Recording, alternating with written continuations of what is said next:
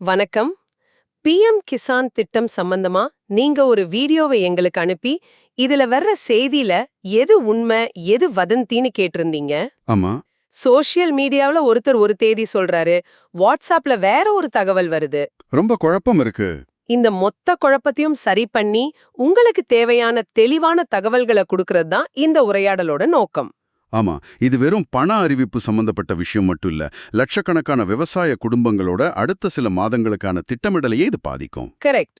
முக்கியமா எல்லா விவசாயிகளும் எதிர்பார்த்துட்டு இருக்கிற 22வது தவணை பணம் எப்ப வரும்? புதுசா வந்திருக்கிற விவசாயி அடையாள அட்டை கதை என்ன? ம். அதனால ஏற்கனவே பணம் வாங்குறவங்களுக்கு பாதிப்பு வருமா? அப்புறம் உங்க பணம் எந்த தடையும் இல்லாம உங்க கைக்கு வந்து சேர நீங்க என்ன செய்யணும்? இந்த எல்லா கேள்விகளுக்கும் நம்ம இப்போ பதில் தேடலாம். சரி, விஷயத்துக்குள்ள போலாம். எல்லோருடைய முதல் மற்றும் முக்கியமான கேள்வி, பணம் எப்போ வரும்? கடைசியா 21வது தவணை நவம்பர் 2025ல வந்திருக்கு. ஆமா. இப்போ அடுத்த தவணைக்கு எல்லாரும் காத்துட்டு இருக்காங்க. நீங்க அனுப்பின இந்த வீடியோ தேதி விஷயத்துல இருக்கிற குழப்பத்தை தெளிவுபடுத்துதா? ஓரளவுக்கு தெளிவுபடுத்துது. அதுல ஒரு தெளிவான தேதியை குறிப்பிட்டிருக்காங்க. என்ன தேதின்னு? வரப்போற பிப்ரவரி 25, 2026ல இருந்து ஹம், மார்ச் 10, 2026க்குள்ள விவசாயிகளோட வங்கி கணக்குல பணம் வரவு வைக்கப்படும்னு இந்த ஆதாரம் ரொம்ப உறுதியா சொல்லுது. அப்போ இதுதான் இப்போதைக்கு இருக்கிற அதிகாரப்பூர்வ தகவல் போல தெரியுது. ஆமா. இதுல இன்னொரு சுவாரஸ்யமான உள்தகவல் இருக்கு. சொல்லுங்க. இந்த வீடியோ இன்னொரு அறிக்கையையும் மேற்கோள் காட்டுது. அதன்படி மார்ச் 4ஆம் தேதி ஹோலி பண்டிகை வருது. ஆமா, வருது. பொதுவா அரசாங்கங்கள் இந்த மாதிரி பெரிய பண்டிகைகளுக்கு முன்னாடி பணத்தை விடுவிப்பாங்க. ஆமா, அது மக்களுக்கு பண்டிகை காலத்துல உதவியா இருக்கும். அரசாங்கத்துக்கும் ஒரு நல்ல பேர் கிடைக்கும். கரெக்டா சொன்னீங்க. அதனால மார்ச் 4க்கு முன்னாடியே, அதாவது பிப்ரவரி கடைசி வாரத்திலேயே பணம் வரதுக்கு அதிக வாய்ப்பு இருக்கு. ஓகே. அப்போ பிப்ரவரி கடைசி வாரம் அல்லது மார்ச் முதல் வாரத்துக்குள்ள பணத்தை எதிர்பார்க்கலாம். ஆமா. அடுத்தது, பணத்தோட அளவு. நீங்க அனுப்பின வீடியோவோட தலைப்புல, அதாவது தம்ப்நெயில்ல ரூ. 4000 அப்படின்னு பெருசா போட்டிருக்கு. ஆமா, நான் கூட கவனிச்சேன். ஆனா உள்ள இருக்கிற செய்தி வழக்கம் போல ரூ. 2000 தான் வரும்னு சொல்லுது. இந்த மாதிரி முரண்பாடுகள் விவசாயிகளை ரொம்பவே குழப்புது. இது ஒரு முக்கியமான விஷயம். இதை நாம கிளிக் பெய்ட்னு சொல்லுவோம்ல. ஆமாமா. யூடியூப் மாதிரியான தளங்கள்ல அதிகப்படியான பார்வையாளர்களை ஈர்க்கிறதுக்காக இந்த மாதிரி தலைப்புகளை வைப்பாங்க. ரூ. 4000ன்னு பார்த்த உடனே எல்லாரும் ஆர்வமா அந்த வீடியோவை கிளிக் பண்ணுவாங்க. அதேதான். ஆனா உள்ளுக்குள்ள வழக்கமான தவணைத் தொகையான ரூ. 2000 பத்தி தான் பேசியிருப்பாங்க. இந்த ஆதாரம் உள்ளுக்குள்ள உண்மையான தகவலை சரியா சொல்லியிருந்தாலும் தலைப்பு தவறான எதிர்பார்ப்பை உருவாக்குது. அப்போ இப்போதைக்கு வர்றது ரூ. 2000 தான், அதுல மாற்றம் இல்ல. எந்த மாற்றமும் இல்ல. சரி, தேதி தெரிஞ்சிடுச்சு, தொகையும் ரூ. 2000ன்னு தெளிவாயிடுச்சு. ஆனா நீங்க இந்த வீடியோவை அனுப்புனதுக்கு இன்னொரு முக்கிய காரணம் இருக்கு. ம். புதுசா விவசாயிக்கு ஐடி கார்டு வரப்போகுது, அதனால பணம் நின்னுடும்னு ஒரு விதமான பயம் எல்லார் மத்தியிலும் பரவிக்கிட்டு இருக்கு. அந்த பரபரப்பான விஷயத்துக்குள்ள இப்ப போவோம். இதுதான் இப்போதைய ஹாட் டாபிக். உண்மையிலே எல்லா விவசாயிகளும் இந்த புது ஐடி கார்டை வாங்கணுமா? இந்த வீடியோவிலே இந்த தனிநபர் விவசாய அடையாள அட்டை செய்தி ஏற்கனவே பணம் வாங்குற விவசாயிகள் மத்தியில ஒருவித குழப்பத்தையும் கொஞ்சம் சோகத்தையும் ஏற்படுத்தி இருக்குன்னு சொல்றாங்க. ஆமா. ஆனா இந்த அடையாள அட்டை யாருக்கு தேவைங்கிற தெளிவான விளக்கத்தையும் இந்த ஆதாரம் கொடுக்குது. இது பலரோட சந்தேகத்தை தீர்க்கும்னு நினைக்கிறேன். சொல்லுங்க, யாருக்கு தான் இந்த ஐடி கார்டு தேவை? இந்த ஆதாரம் ரொம்ப திட்டவட்டமா ஒரு விஷயத்த சொல்லுது. என்ன அது? தமிழ்நாடு, கேரளா, ஆந்திரா, கர்நாடகா, தெலுங்கானா உள்பட ஒரு 14 மாநிலங்கள்ல. ஓகே. இந்த மாநிலங்கள்ல பிஎம் கிசான் திட்டத்துல புதிதாக பதிவு செய்ய போற விவசாயிகளுக்கு மட்டும்தான் இந்த அடையாள அட்டை கட்டாயம். ஓ, அப்போ ஏற்கனவே திட்டத்துல பயனாளியா இருந்து தொடர்ந்து பணம் வாங்கிட்டு இருக்கிறவங்களுக்கு? அவங்களுக்கு இப்போதைக்கு இது தேவையில்லை. ஒரு நிமிஷம், இது கொஞ்சம் குழப்பமா இருக்கு. அப்போ அரசாங்கம் 2 விதமான பயனாளிகளை உருவாக்குதா? ஐடி உள்ளவங்க, ஐடி இல்லாதவங்கன்னு. ம். இது பிற்காலத்துல ஏற்கனவே பணம் வாங்குறவங்களுக்கும் கட்டாயமாக்கப்படுமா? அத பத்தி இந்த ஆதாரம் ஏதாவது சொல்லுதா? ரொம்ப சரியான கேள்வி. இந்த வீடியோ இது பிற்காலத்துல எல்லாருக்கும் வருமான்னு சொல்லல. ஒருவேளை இது ஒரு பைலட் ப்ராஜெக்ட் மாதிரி இப்போ ஆரம்பிக்கிறாங்களா? உங்க அனுமானம் சரியா இருக்க வாய்ப்பு இருக்கு. அரசாங்கத்தோட பெரிய திட்டங்களை பார்த்தா இந்த தனிநபர் விவசாய அடையாள அட்டை ஒரு முக்கியமான முயற்சி. எப்படின்னு கொஞ்சம் விளக்கமா சொல்லுங்க. இப்போதைக்கு ஒவ்வொரு மாநிலத்திலயும் விவசாயிகளோட டேட்டா தனித்தனியா இருக்கு. இந்த புது ஐடி மூலமா நாடு முழுக்க இருக்கிற விவசாயிகளுக்கு ஒரு தனித்துவமான எண்ணை, அதாவது ஃபார்மர் ஆதார் மாதிரி உருவாக்க பாக்குறாங்க. ஓ, ஃபார்மர் ஆதாரா? அது எதுக்கு?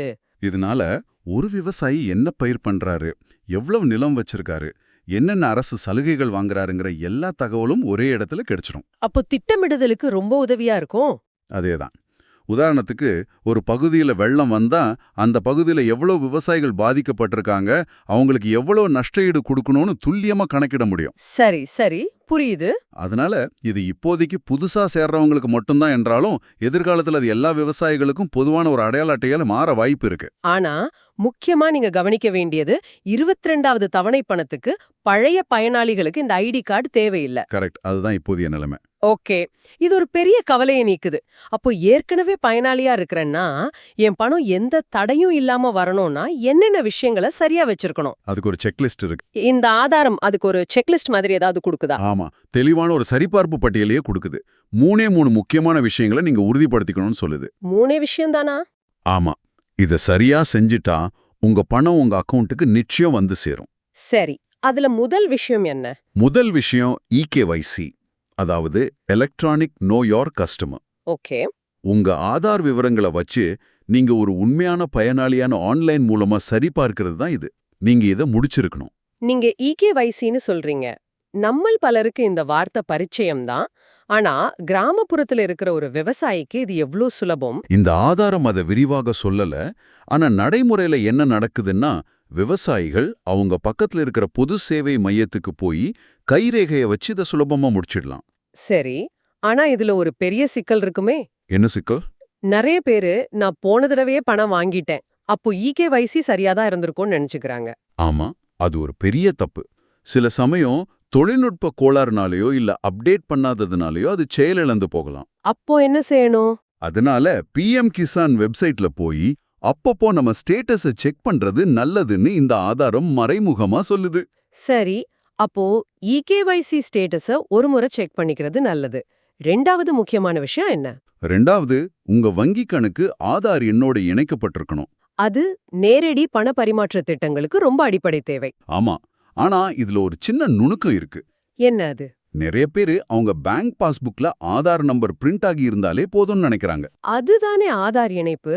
அதுல என்ன நுணுக்கம் இருக்கு? இருக்கு. உங்க ஆதார் நம்பர் பேங்க் அக்கவுண்டோட NPCI சர்வர்ல மேப் ஆகி இருக்கணும். NPCIனா? National payments corporation of India. அரசாங்கத்தோட மானியங்கள்லாம் இந்த சர்வர் மூலமா தான் வரும். ஓ, அப்ப நாம என்ன செய்யணும்? நீங்க உங்க வங்கிக்கு போய் என் அக்கவுண்ட்டை NPCI மேப்பிங்குக்கு அப்டேட் பண்ணுங்கன்னு ஒரு தடவை கேட்டு உறுதிப்படுத்திக்கிறது ரொம்ப நல்லது. இது ரொம்ப பயனுள்ள தகவல். இந்த ஒரு சின்ன விஷயம் தெரியாம பல பேருக்கு பணம் வராம நின்னு போயிருக்கு. ஆமா. சரி, முதல் விஷயம் EKYC, 2வது NPCI மேப்பிங்கோட ஆதார் இணைப்பு, 3வது என்ன? 3வது விஷயம், உங்க பேங்க் அக்கவுண்ட் ஆக்டிவா இருக்கணும். அதாவது பணம் போட எடுக்க வசதியா இருக்கணும். கரெக்ட். சில சமயம் மினிமம் பேலன்ஸ் இல்லைனாலோ ரொம்ப நாளா பயன்படுத்தாம இருந்தாலோ அக்கவுண்ட்டை முடக்கி வச்சிருப்பாங்க. அப்படி இருந்தா என்ன ஆகும்? அரசாங்கம் பணத்தை அனுப்ப முயற்சி செய்யும்போது அக்கவுண்ட் ஆக்டிவா இல்லைன்னா பணம் திரும்பி போயிடும். ஓ, அப்படியா? அதனால நீங்க எந்த அக்கவுண்ட்டை PM கிசான் திட்டத்துக்கு கொடுத்துருக்கீங்களோ அது செயல்பாட்டுல இருக்கான்னு ஒரு தடவை செக் பண்ணிக்கோங்க. இது கேக்குறதுக்கு நம்ம கார் சர்வீஸ்க்கு விடுறதுக்கு முன்னாடி செக் பண்ற மாதிரி இருக்கு. எப்படி? Oil level, tyre pressure, brakes எல்லாம் சரியா இருந்தாதான் பயணம் நல்லா இருக்கும். மிக சரியான உதாரணம். அது மாதிரி EKYC, ஆதார் இணைப்பு, பேங்க் அக்கவுண்ட் ஸ்டேட்டஸ், இந்த 3 சரியா இருந்தாதான் அரசாங்கத்தோட பணம் நம்ம அக்கவுண்ட்டுக்கு எந்த பிரச்சனையும் இல்லாம வந்து சேரும். ஆமா, இந்த விதிகளை வெறும் கட்டுப்பாடுகளா பார்க்க கூடாது. இது அரசாங்கத்தோட ஒரு பெரிய டிஜிட்டல் மாற்றத்தோட ஒரு பகுதி. அது உண்மைதான். 10 வருஷத்துக்கு முன்னாடி இப்படி ஒரு திட்டத்துல பாதி பணம் வழியிலேயே காணாம போயிருக்கும்னு குற்றச்சாட்டு வரும். ஆனா இப்போ EKYC ஆதார் இணைப்பு மூலமா கிட்டத்தட்ட 100% பணம் சரியா போய் சேருதுங்கிறத உறுதிப்படுத்த முயற்சி பண்றாங்க. ஆனா இதுல ஒரு சவால் இருக்கு. என்ன அது? டெக்னாலஜி தெரியாத ஒரு உண்மையான விவசாயி இந்த நடைமுறை சிக்கல்கள்ல மாட்டிக்க வாய்ப்பிருக்கு. அதுதான் உண்மை. அதனாலதான் நாம இத பத்தி இவ்ளோ விரிவா பேசுறோம். இந்த 3 நிபந்தனைகளையும் பூர்த்தி செய்யலைன்னா 22வது தவணை பணம் நிறுத்தப்படலான்னு இந்த ஆதாரம் தெளிவா எச்சரிக்கையும் கொடுக்குது. அருமை. அப்போ இந்த உரையாடல்ல இருந்து நீங்க தெரிஞ்சுக்க வேண்டிய முக்கிய தகவல்களை சுருக்கமா சொல்றேன். சரி. 1. 22வது தவணை பணம் பிப்ரவரி 25 மார்ச் 10, 2026க்குள்ள பெரும்பாலும் ஹோலி பண்டிகைக்கு முன்னாடியே வர அதிக வாய்ப்பிருக்கு. ஆமா. 2.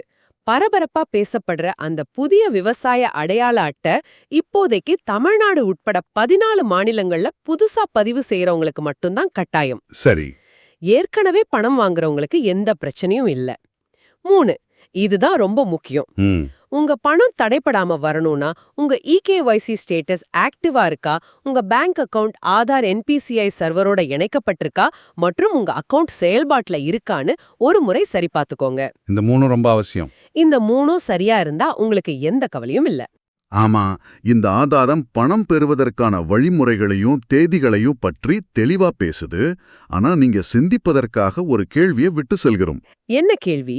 இந்த EKYC ஆதார் இணைப்பு நேரடி பணப்பரிமாற்றம்னு நம்ம பேசுற இந்த விஷயங்களெல்லாம் ஒரு விவசாயிக்கும் அரசாங்கத்துக்கும் இடையிலான உறவை எப்படி மாத்துதுன்னு யோசிச்சு பாருங்க. அது ஒரு நல்ல கேள்வி. ஒரு பக்கம் இது இடைத்தரகர்கள் இல்லாம பணத்தை நேரடியா விவசாயிகிட்ட கொண்டு சேர்க்குது, அவங்களுக்கு ஒரு அதிகாரத்தை கொடுக்குது.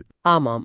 இன்னொரு பக்கம் ஒரு சின்ன தொழில்நுட்ப பிரச்சனை வந்தா கூட அவங்க யார்கிட்ட போய் முறையிடுறதுன்னு தெரியாம தவிக்கிற ஒரு நிலையை உருவாக்குதா? யோசிக்க வேண்டிய விஷயம்தான். இந்த டிஜிட்டல் முறை விவசாயிகளை உண்மையிலேயே சுதந்திரமானவங்கள மாத்துதா, இல்ல அரசாங்கத்தோட தொழில்நுட்பத்தை சார்ந்திருக்க வைக்குதா? இத பத்தி இந்த ஆதாரம் பேசல. ஆனா இந்த எல்லா அறிவிப்புகளுக்கு பின்னாடியும் நாம யோசிக்க வேண்டிய பெரிய கேள்வி இதுதான்.